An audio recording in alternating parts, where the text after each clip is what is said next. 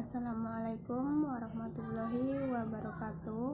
Nama saya Cynthia Marvalianda, NIM 5021826. Di sini saya akan menjelaskan pertanyaan dari tugas. Yang pertama, kelompok 1, perkembangan dan perekonomian industri perbankan, yaitu Wirjot Mojo menjelaskan bahwa bank besar dapat merangkai teknologi dan mengubah cara kita memikirkan hubungan pelanggan, manajemen risiko, dan bahkan arahan. Yang kedua, pengertian risiko. Manajemen risiko adalah suatu pendekatan struktur atau metodologi mengelola ketidakpastian yang terkait dengan ancaman. Yang C, peranan manajemen risiko. Pengelola risiko adalah bertujuan untuk memaksimalkan kemampuan perusahaan dalam mencapai sasaran usaha yang mengaruh pada maksimalisasi pendapatan dan mengurangi biaya pengeluaran. Untuk mewujudkan hal tersebut dengan membangun sistem dan pendekatan manajemen. Selanjutnya, proses manajemen risiko atau identifikasi, pengukuran, pemantauan dalam limit pengendalian. Proses identifikasi risiko paling sedikit dilakukan dengan cara analisis terhadap 1. Karakteristik risiko yang melekat pada BPR. 2. Risiko dari kegiatan usaha, produk, dan layanan BPR.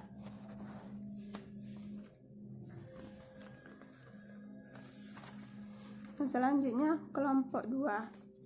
Basel 1. Basel pertama kali diperkenalkan pada tahun 1988 dengan persyaratan modal minimum ditetapkan sebesar 8% dari risiko aset disesuaikan akord diterima di seluruh dunia. Yang kedua, PBI, Manajemen Risiko Bank Umum dan Bank Syariah.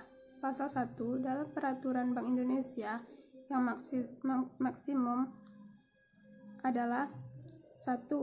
Bank adalah bank umum sebagaimana dimaksud dalam Undang-Undang Nomor 7 Tahun 1992 tentang perbankan, bagaimana telah diubah dengan Undang-Undang Nomor 10 Tahun 1998.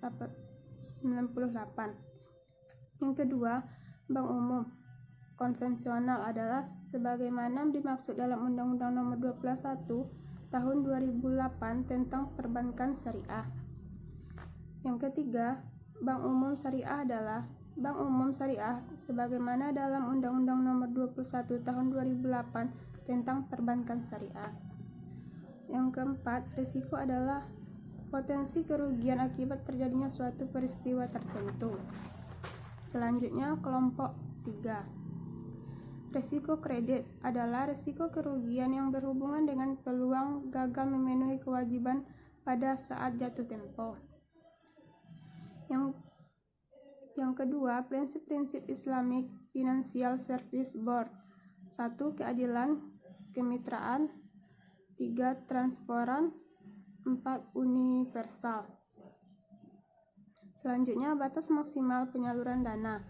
Batas maksimum penyaluran dana atau BPPD adalah presentasi maksimum realisasi penyaluran dana terhadap modal bank pembiayaan rakyat. Selanjutnya, penerapan manajemen risiko. 1. Internal environment and objective setting, lingkungan internal dan sasaran. Yang kedua, identifikasi risiko. Yang ketiga, penilaian risiko. Yang keempat, tanggapan risiko. Selanjutnya, sistem pengendalian internal. Dasar untuk pengelolaan likuiditas bank, dasar untuk operasional umum bank, dasar untuk melaksanakan audit. Selanjutnya, penilaian kualitas aset. Pembentukan cadangan berlaku untuk pengelolaan tarik kredit baik bersifat komet maupun unkomet. Selanjutnya, lembaga pemeringkat adalah suatu perusahaan yang penerbit peringkat kredit bagi para penerbit obligat. Selanjutnya, kelompok 4. Risiko pasar merupakan kondisi yang dialami oleh suatu perusahaan yang disebabkan oleh perubahan kondisi dan situasi di luar dari kendali perusahaan. Selanjutnya, risiko inter pada manajemen risiko pasar. Yang C, prinsip-prinsip Islamik finansial. Yang D, penerapan manajemen risiko pada manajemen risiko pasar. Dan selanjutnya, pengertian risiko likuiditas, risiko inter pada manajemen risiko likuiditas, prinsip-prinsip Islamic Financial Service Board pada manajemen risiko, penerapan manajemen risiko pada manajemen risiko likuiditas, sistem pengendalian risiko likuiditas, penjagaan likuiditas aset lakukan untuk meminimalkan gangguan arus kas dan kemungkinan penurunan likuiditas aset. Selanjutnya, kelompok 5, risiko operasional disebabkan ketidakcukupan dan tidak berfungsinya proses internal, kesalahan manusia, kegagalan sistem atau adanya problem eksternal maupun yang mempengaruhi operasional bank. Yang selanjutnya, risiko inter. Dan selanjutnya, prinsip-prinsip Islamic finansial, kategori risiko operasional, frekuensi dan dampak, penerapan manajemen risiko, sistem pengendalian internal. Dan selanjutnya, kelompok 6, manajemen risiko hukum. Risiko adalah potensi kerugian akibat terjadinya suatu peristiwa tertentu. Risiko hukum adalah risiko yang timbul akibat tuntunan hukum atau kelemahan aset yuridis. Yang B, risiko inter pada manajemen risiko hukum. Selanjutnya, penerapan manajemen risiko pada manajemen risiko hukum, sistem pengendalian inter pada manajemen risiko hukum.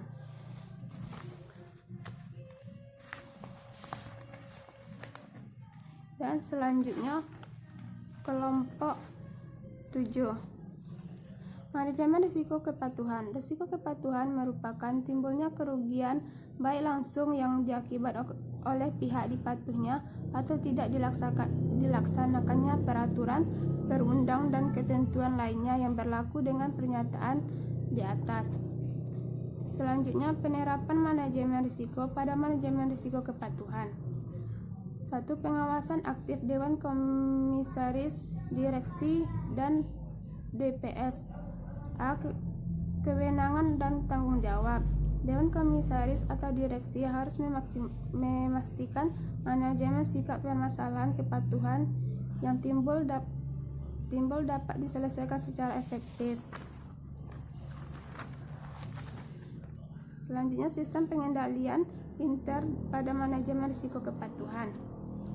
Pengendalian inter, akuntansi, dan selanjutnya pengendalian inter administratif, kasus risiko kepatuhan.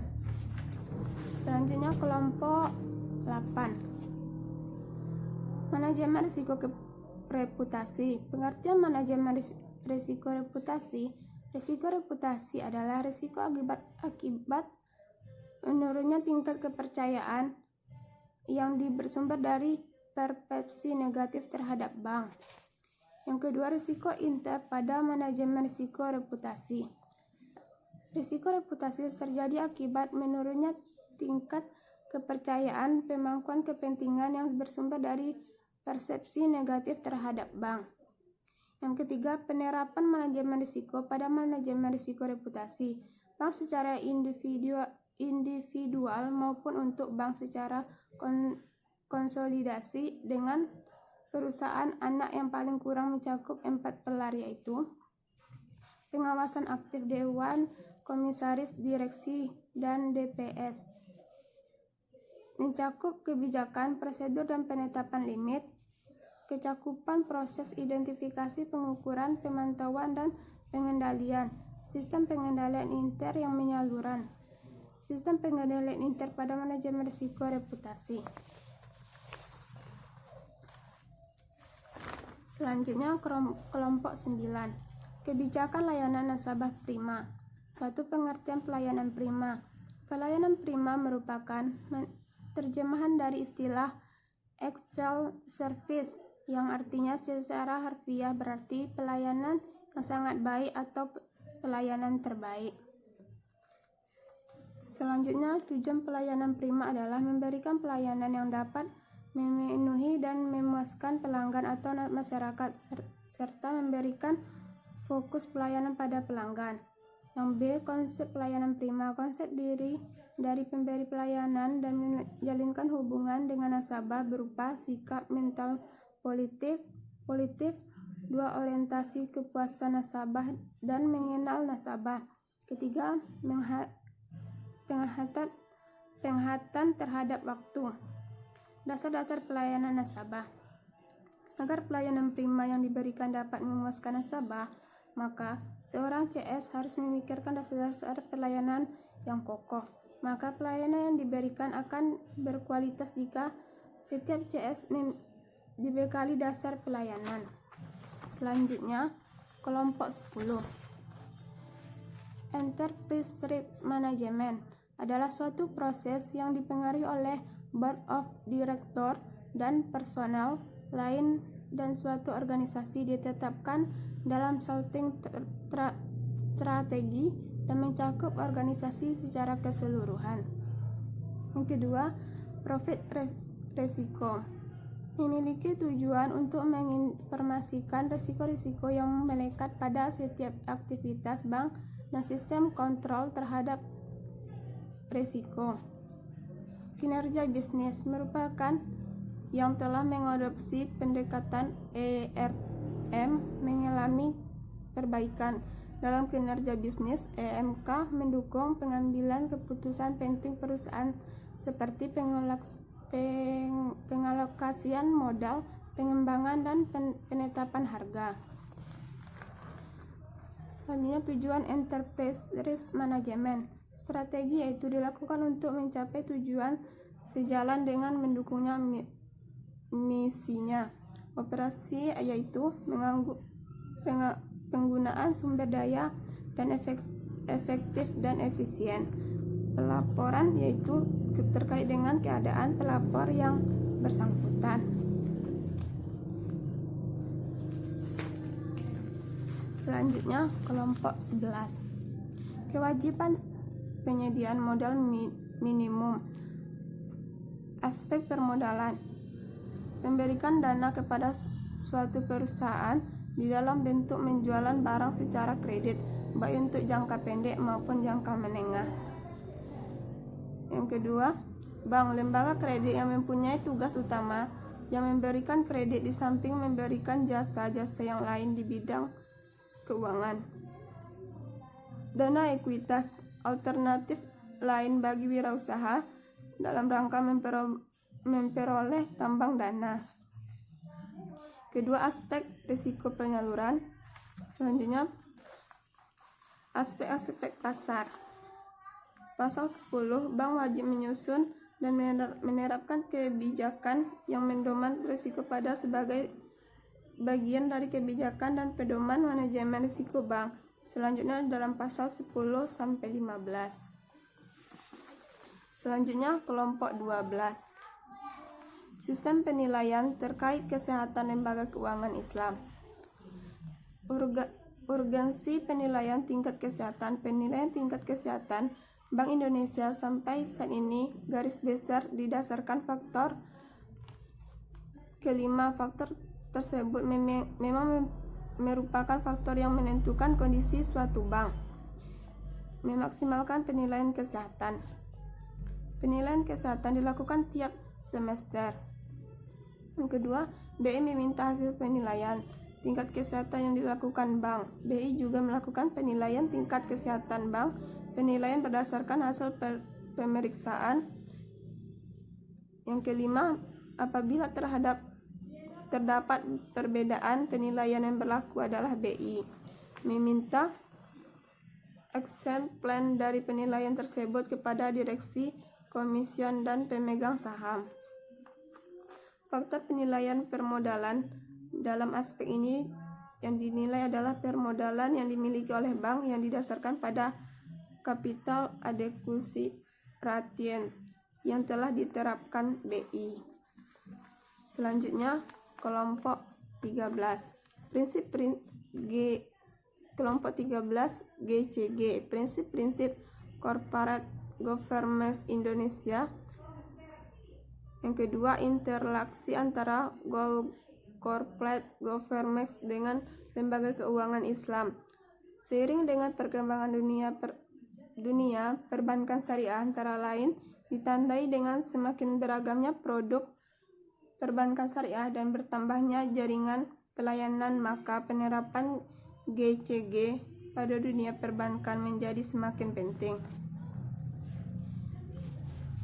Komite sebagai bagian dan implementasi prinsip-prinsip Dewan Komisariat telah membentuk komit audit, komit pembantuan risiko, serta komit remunerasi dan nominasi dalam rangka mendukung efektif pelaksanaan tugas dan tanggung jawab Dewan Komisaris. Laporan pelaksanaan dalam perusahaan yang dikelola agar dapat menghasilkan kinerja yang baik. Semua pihak yang terlibat dalam perusahaan tersebut dalam menjalankan sesuai dengan nilai moral yang telah diterapkan demi tercapainya tujuan dari perusahaan tersebut. Demikianlah yang dapat saya sampaikan. Assalamualaikum warahmatullahi wabarakatuh.